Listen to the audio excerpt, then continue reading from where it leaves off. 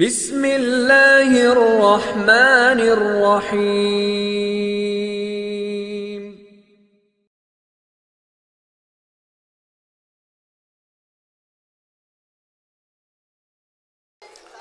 সম্মানিত ভাইরা আমার, বন্ধুরা আমার, পরিবার ইসলামের আলোকে তৈরি হয়ে গেছেন, ব্যক্তি তৈরি হলো, পরিবার তৈরি হলো, কিন্তু এখনো সমাজে ইসলাম কায়েম হয় নাই, সমাজ কোরআনের আলোকে চলে নাই। আমার আপনার দায়িত্ব আছে না নাই? সমাজকে কোরআনের আলোকে সাজানোর তো প্রয়োজন আছে না নাই? আছে না?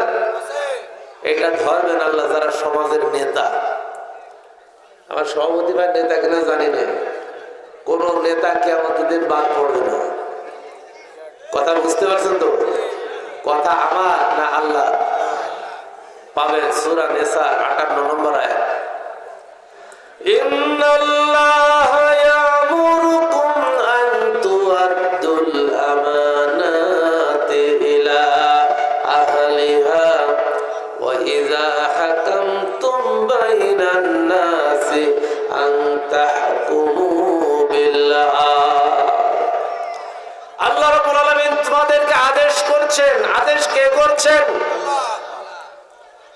আল্লাহ রাব্বুল আলামিন আদেশ করছেন তোমাদের উপরে যাদের আমানত আছে, আমানতের হকদারের কাছে আমানত যথাযথভাবে পৌঁছে দাও।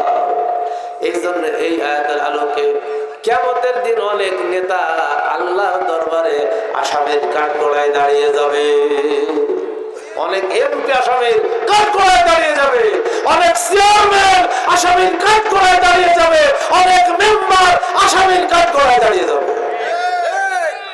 আমাদের দেশে বিধবার টাকা মেরে খায় এরকম চেয়ারম্যান আছে না? দেখেন, টাকা পাবে বিধবা, চেয়ারম্যান নিজে বিধবা হয়ে গেছে, বিধবার টাকা খেয়ে শেষ করে ফেলেছে। টাকা পাবে গরিব, সে গরিব সেজে গরিবের টাকা নিজে খেয়ে ফেলেছে, এরকম মেম্বার আছে না? ভুয়া তালিকা দিয়ে টাকা নিয়ে নিজের বানাই নিয়েছে। আল্লাহ কে আমাদের দিন মাফ করে দেবে নাকি? কে মাফ করে দেবে? তো এরকম অনেক সামাজিক নেতা আছে। ঢাকাতে এরকম অনেক মসজিদের সভাপতি আছে, মসজিদের টাকা পর্যন্ত নিজে খেয়ে শেষ করে ফেলে দেবে। এরকম জিনেদের কোথাও আছে কিনা জানি না, থাকলেও থাকতে পারে। আল্লাহ তাআলা এদের কিয়ামতের দিন ধরবেন নাকি ধরবেন না? আল্লাহ সব কাজ করতে পারে, একটা কাজ আল্লাহ পারেন না, সেটা হচ্ছে আল্লাহ কোনোদিন বেইনসাফি করতে পারেন না। তো বেইনসাফি যদি না করে, যারা এই যে বিধবা সে যে বিধবার টাকা খেয়েছে, ফকির সে যে ফকিরের টাকা খেয়েছে, প্রকৃত ফকির যারা পায় নাই, কিয়ামতের দিন এরা কি ওদের বিরুদ্ধে মামলা করবে না? কিভাবে মামলা করবে? তো এরা তো মামলা করবে, আল্লাহ রাব্বুল আলামিন নিজে এদের বিরুদ্ধে মামলা দায়ের করবে। তোর বলো ঠিক কিনা? সূরা হাক্কার মধ্যে পড়বেন, আল্লাহ সূরা হাক্কার মধ্যে বলে দিয়েছেন, এই অন্যায় ভাবে যারা টাকার মালিক হয়েছে, অন্যায় ভাবে ক্ষমতার মালিক হয়েছ, ক্ষমতায় অধিষ্ঠিত হয়ে মানুষের উপর জুলুম করেছ, তোমাদের ছাড়া নাই, আল্লাহ তোমাদেরকে ছাড়বেন না। فَأَمَّا مَنْ أُوتِيَ كِتَابَهُ بِشِمَالِهِ فَيَقُولُ يَا لَيْتَنِي لَمْ أُوتَ كِتَابِيَهْ وَلَمْ أَدْرِ مَا حِسَابِيَهْ يَا لَيْتَهَا كَانَتِ الْقَاضِيَةَ مَا أَغْنَى عَنِّي مَالِيَهْ هَلَكَ عَنِّي سُلْطَانِيَهْ। কিয়ামতের দিন আল্লাহ রাব্বুল আলামিন বলছেন, যাদের বাম হাতে আমলনামা দেয়া হবে, দুনিয়ার এই সম্পদ যারা অন্যায় ভাবে আত্মসাৎ করেছ, ক্ষমতার মালিক হয়ে ক্ষমতার অপব্যবহার করেছ, এই দুই শ্রেণীর মানুষকে আল্লাহ তাআলা এই আয়াতে বলছেন তাদের আমলনামা বাম হাতে দেয়া হবে। যখন তারা আমলনামা পাবে, বলবে হায় আফসোস, আজকে যদি আমলনামা আমাদের আমাদের আমল সম্পর্কে জানতে পারতাম না। তারা বলবে আফসোস, হে হায় আফসোস, দুনিয়ায় যদি আমাদের এটা ফয়সালা হয়ে যেত কতই না ভালো হতো। আজকে আদালতে আখিরাতে আমাদেরকে বেইজ্জতি হওয়া লাগতো না। এই পিছনে কথা বলে ধরেন তো।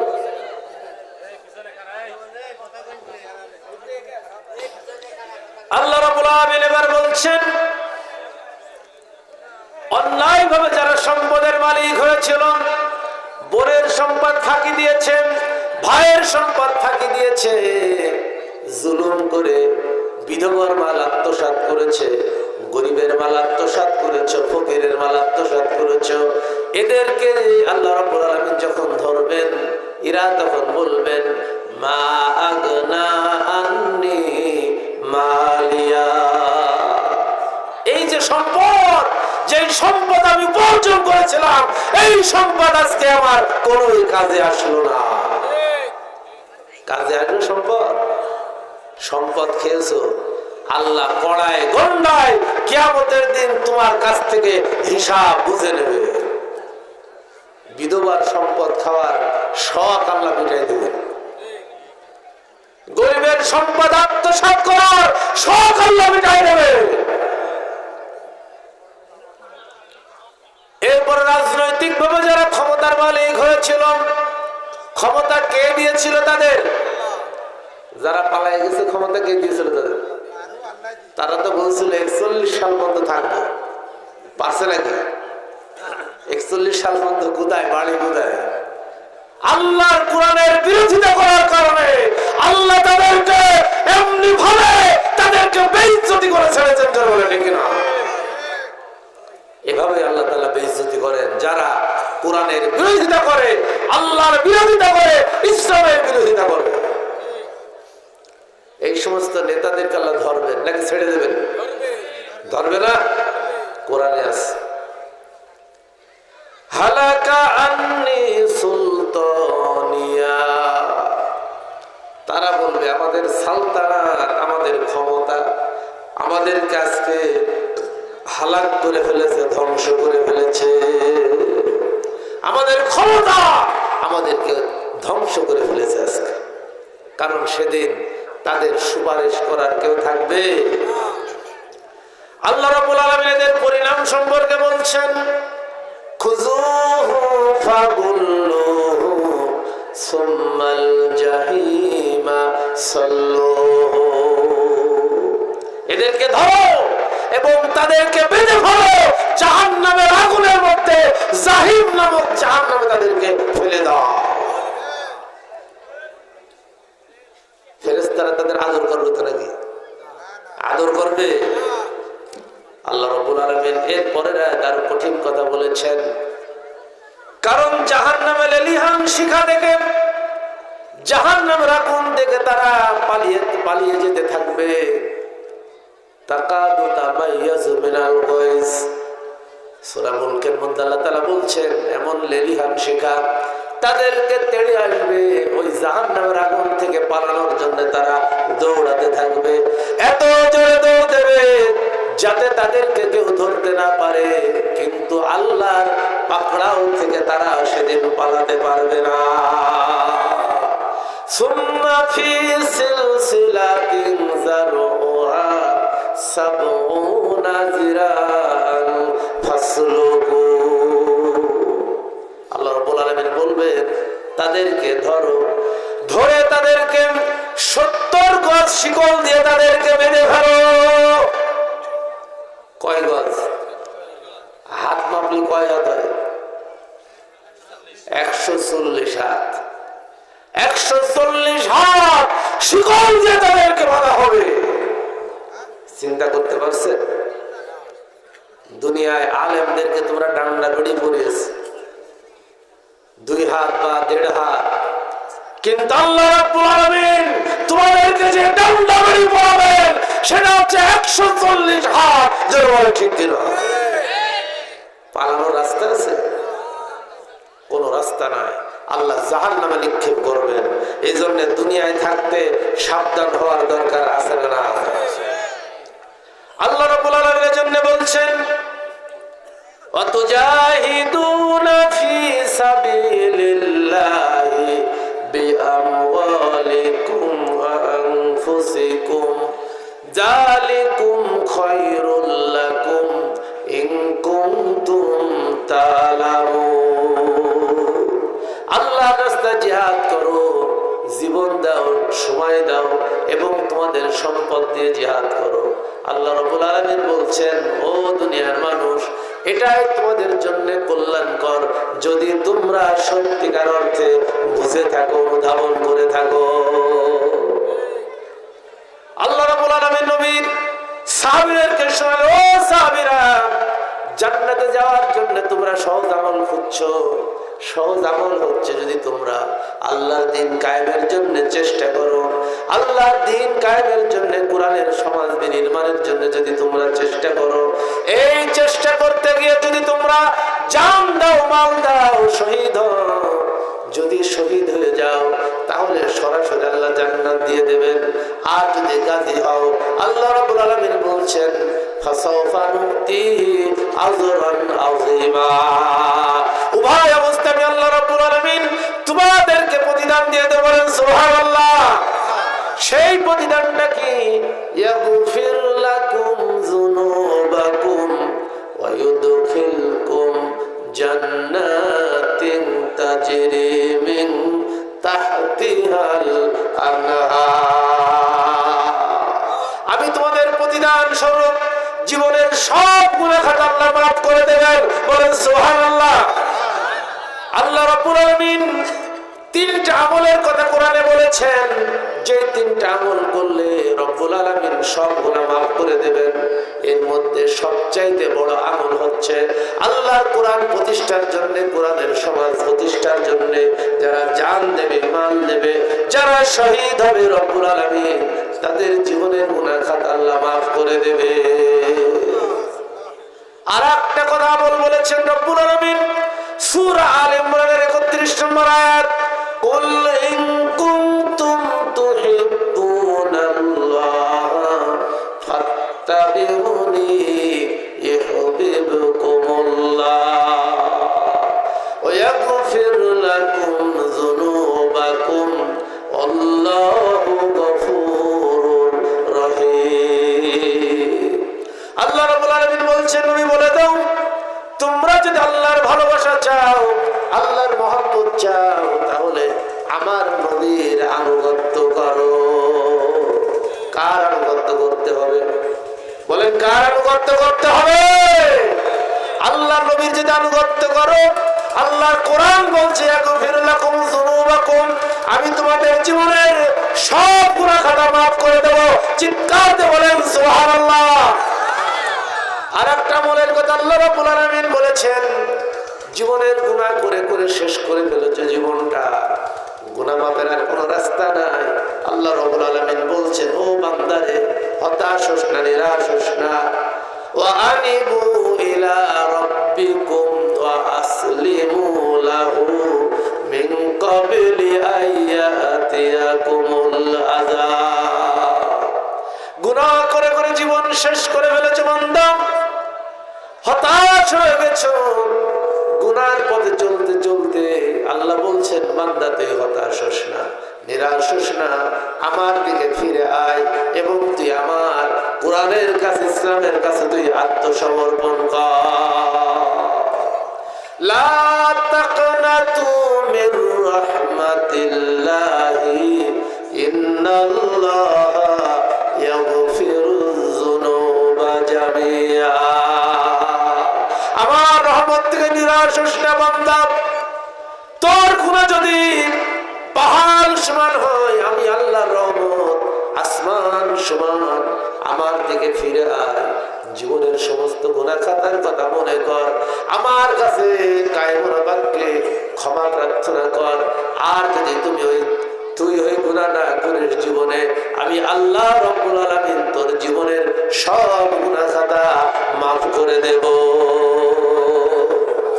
আল্লাহ রাব্বুল আলামিন সূরা ফুরকানের শেষ রুকুর মধ্যে বলছেন, ইল্লা মান তাবা ওয়া আমানা ওয়া আমিলা আমালান সালিহান ফাউলা ইউবাদদিলুল্লাহু সাইয়্যাতিহিম হাসানাত ওয়া কানাল্লাহু গফুরুর রহিমা। ও বান্দারে, জেনে শুনে জীবনে গুনাহ করেছো, গুনাহ করে করে জীবনটা শেষ করে ফেলেছো। এখন তুমি তওবা করো, আমার উপরে ঈমান আনো, আবার আমলে সালেহ করো। একনিষ্ঠভাবে যদি তওবা করো, আল্লাহ রাব্বুল আলামিন বলছেন, ও বান্দা, তোর যত জীবনে গুনাহ হয়েছিল, যদি আর এই গুনার পথে না চলিস, আর গুনার কাজ না করিস, তোর জীবনের গুনাহগুলিকে ভালো কাজ দ্বারা আমি আল্লাহ রাব্বুল আলামিন পরিবর্তন করে দেব। সুবহানাল্লাহ। সম্মানিত ভাইরা আমার, বন্ধুরা আমার, এই তিনটা আমলের কথা আল্লাহ রাব্বুল আলামিন বলেছেন। এই তিনটা আমল যদি তোমরা করো, তওবা করো, নবীর আনুগত্য করো, এবং এইটার সাথে সাথে যদি তোমরা আল্লাহর কোরআন প্রতিষ্ঠার জন্য আল্লাহর পথে জিহাদ করো, সংগ্রাম করো, লড়াই করো, তাহলে আমি তোমাদের জীবনের সমস্ত গুনাহ খাতা মাফ করে দেব। ওয়ায়ুদখিলকুম জান্নাতিন তাজরি মিন তাহতিহাল আনহার, এবং এমন জান্নাতের মধ্যে প্রবেশ করে দেব বান্দারে, যেই জান্নাতের তলদেশ দিয়ে ঝর্ণাধারা প্রবাহিত হয়। আমরা কি ওই জান্নাতে যেতে চাই নাকি? কি বলেন, সবাই কি যেতে চাই নাকি? কি বলেন, যেতে চাই? যদি আমরা সবাই জান্নাতে যেতে চাই, তাহলে কোরআনের সমাজ বিনির্মাণ করার জন্য জিহাদ করতে হবে, লড়াই করতে হবে, সংগ্রাম করতে হবে। কে কে রাজি আছেন? হাত তুলে দেখা।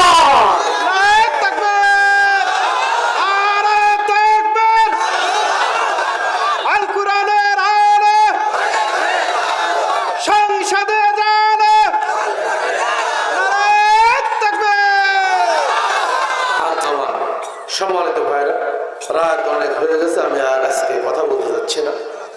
একটি হাদিস পড়ে আমি শেষ করছি, যে হাদিসটা আমি তেলাওয়াত করেছিলাম শুরুতে। আবু হুরায়রা রাদিয়াল্লাহু তাআলা আনহু হাদিসটা বর্ণনা করেছেন।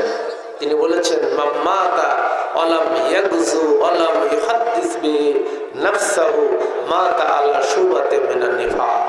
যে ব্যক্তি মারা গেল অথচ ইসলাম প্রতিষ্ঠার জন্য জিহাদে শামিল হলো না, গাজওয়ায় শামিল হলো না, মুখ দিয়ে ইসলামের পক্ষে সে কথা বলল না, এবং সে অন্তর দিয়ে পরিকল্পনা করে আল্লাহর কোরআন প্রতিষ্ঠার জন্য চেষ্টা করলো না, ওই ব্যক্তি যদি মারা যায়, মুনাফিক অবস্থায় সে মৃত্যুবরণ করবে। সহিহ মুসলিমের হাদিস। এখন এই হাদিসের আলোকে আমাদের অবস্থান কোথায়? আমরা কি সকলে কোরআনের পক্ষে এখনো ময়দানে নামতে পারছি? কি বলেন, পারছি? তবে মনে রাখেন, যদি আমরা কোরআনের পক্ষে থাকতে না পারি, যখন ডাক আসবে আল্লাহ কোরআনের পক্ষে, ইসলামের পক্ষে, আমরা যদি ময়দানে ঝাঁপিয়ে পড়তে না পারি, তাহলে আমরা মুনাফিক অবস্থায় মৃত্যুবরণ করবো। জনগণ ঠিক কিনা? আমরা কি মুনাফিক অবস্থায় মরতে চাই? মুনাফিকদের অবস্থান কোথায় হবে? জাহান্নামের কোথায়? সবচেয়ে নিচে। ইন্নাল মুনাফিকিনা ফি দারকিল আসফালি মিনান নার। মুনাফিকদের অবস্থান হবে জাহান্নামের সবচেয়ে নিচু জায়গায়। বলেন নাউজুবিল্লাহ। তাহলে কি মুনাফিক হয়ে মরতে চাই? যদি মুনাফিক হয়ে মরতে না চাই, যে কোনো সময় ইসলামের পক্ষে, কোরআনের পক্ষে ডাক আসলে রাজপথে নেমে যাব, প্রয়োজনে শহীদ হব, প্রয়োজনে জীবনকে আল্লাহর রাস্তায় বিলিয়ে দেব। কে কে রাজি আছে? হাত তুলে দেখা।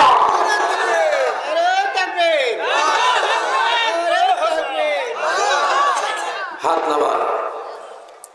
এই কথা বলি আপনাদের কাছে বললাম, আমি সহ আমরা সবাই যাতে কোরআনের পক্ষে থাকতে পারে। সবাই বলুন আমিন। ঠিক আছে। আমাদের অনেক মা বোনের এসেছেন। আমি যে ওয়াজগুলো করেছি, এগুলোকে শুধু পুরুষের জন্য, এগুলো মহিলাদের জন্যও প্রযোজ্য। কারণ কোরআন পুরুষ এবং মহিলা সকলের জন্য নাজিল হয়েছে নাকি শুধু পুরুষের জন্য? আমি যে জিহাদ ফি সাবিলিল্লাহর কথা বলেছি, ইসলাম প্রতিষ্ঠার কথা বলেছি, এগুলোকে শুধু পুরুষরাই করবে না মহিলারাও করবে? মহিলারাও করবে। আছে কোন সূরায় বলতে পারেন? সূরা তাওবার ৭১ নম্বর আয়াত আল্লাহ তাআলা বলেছেন, ওয়াল মুমিনুনা ওয়াল মুমিনাতি বা'দুহুম আউলিয়াউ বা'দ। মুমিন পুরুষ মুমিন নারী পরস্পর পরস্পরের বন্ধু, পরস্পর পরস্পরের বন্ধু। কিন্তু আমরা অনেকে স্ত্রীকে বন্ধু হিসেবে মানতে পারি না, এই জন্য মাঝে মাঝে নাংলা পাথর দিয়ে আমাদের স্ত্রীদের পিটায়। এরকম মানুষ আছে না নাই? এখানে কেউ আছেন না? জীবনে একবার বউরে পিটাইছেন? আছেন? কেউ নাই? মাশাআল্লাহ। আবার মাঝে মধ্যে আমাদের বোনদের মধ্যে এমন আছে, মাদের মধ্যে স্বামীর ঝাঁটা দিয়ে পিটায়, আছে না? আজ স্ত্রীর হাতে মায়ের খেয়েছেন কেউ আছেন? জীবনে যে মায়ের খেয়েছেন স্ত্রীর হাতে, তাও নাই। তাই ওয়াজ তো দরকার নেই, তো সব তো মুসলমান হয়ে গেছে। হ্যাঁ, কেউ নাই, লজ্জায় কেউ বলতেছে। এরকম আছে। আমাদের দেশে নারী নির্যাতনের বিচার হয়, কিন্তু পুরুষ নির্যাতনের কোনো বিচার আমাদের দেশে নাই। এরকম ঘটনা সাহাবীদের জীবনেও ছিল, যে এখন সময় নাই, ওদিকে যাচ্ছে না। তাহলে আল্লাহ বলছেন মুমিন পুরুষ মুমিন নারী পরস্পর পরস্পরের বন্ধু। বন্ধুত্বের সম্পর্ক বজায় রাখা লাগবে। পারা যাবে ইনশাআল্লাহ? মায়েরাও রাখবে, ভাইরাও রাখবে। এখন এদের কাজ কি? ইয়ামুরুনা বিল মারুফি ওয়া ইয়ানহাউনা আনিল মুনকার। সব পুরুষ সব নারী তারা সৎ কাজের আদেশ দেবে আর অসৎ কাজের নিষেধ করবে। তো এটাই তো জিহাদ ফি সাবিলিল্লাহর বড় কাজ, বলা ঠিক না? কারণ মুমিনারা রাষ্ট্র ক্ষমতায় গেলে 4টা কাজ করবে। কয়টা কাজ? এটা সূরা হাজ্জের 41 নম্বর আয়াতে আছে, আল্লাযীনা ইম্মাক্কান্নাহুম ফিল আরদি আকামুস সালাতা ওয়া আতাউজ যাকাত ওয়া আমারু বিল মারুফ ওয়া নাহাউ আনিল মুনকার। মুমিনরা রাষ্ট্র ক্ষমতায় গেলে 4টা কাজ করবে। 1 নম্বর হচ্ছে রাষ্ট্র ক্ষমতায় গেলেই নামাজ কায়েম করে দেবে, বাধ্যতামূলক করে দেবে। 2 নম্বর যাকাত বাধ্যতামূলক করে দেবে। 3 নম্বর সৎ কাজের আদেশ দেবে, অর্থাৎ কোরআন প্রতিষ্ঠার জন্য এই কোরআনের দাওয়াতের কাজ সমগ্র এলাকায় সমগ্র রাষ্ট্রে তারা ছড়িয়ে দেবে। ঠিক আছে? এখন আমরা পুরুষরা পুরুষের মাঝে দাওয়াতি কাজ করবো, আর মহিলাদের মাঝে কারা করবে? বলেন কারা করবে? মহিলারা করবে। এই কোরআন প্রচারের কাজ মহিলা অঙ্গনে মহিলারা করবে। ওয়া ইয়ানহাউনা আনিল মুনকার। এবং আইন পাশ করে যত অন্যায় কাজ আছে, ইসলাম বিরোধী কাজ আছে, কোরআন বিরোধী কাজ আছে, আইন পাশ করে কোরআন বিরোধী কাজ থেকে জাতিকে দেশকে হেফাজত করবে। ঠিক না? তাহলে অন্যায় কাজ থেকে বিরত রাখার জন্য চেষ্টা পুরুষরা যেরকম করবে মহিলারাও সেরকম করবে। ঠিক কিনা? কাজে এই কাজ শুধু পুরুষের জন্য নাই, নারী পুরুষ সকলের জন্য সমানভাবে প্রযোজ্য। এই জন্য দেখা যায় আল্লাহ নবীর স্ত্রীরা জিহাদের ময়দানে গেছেন নাকি জান নাই? জিহাদের ময়দানে গেছেন নাই? 27টা যুদ্ধ করেছেন আল্লাহ নবী, সেনাপতির দায়িত্ব পালন করেছেন। 27টা যুদ্ধে কোন না কোন স্ত্রীকে আল্লাহ নবী সাথে নিয়ে গেছেন। সুবহানাল্লাহ।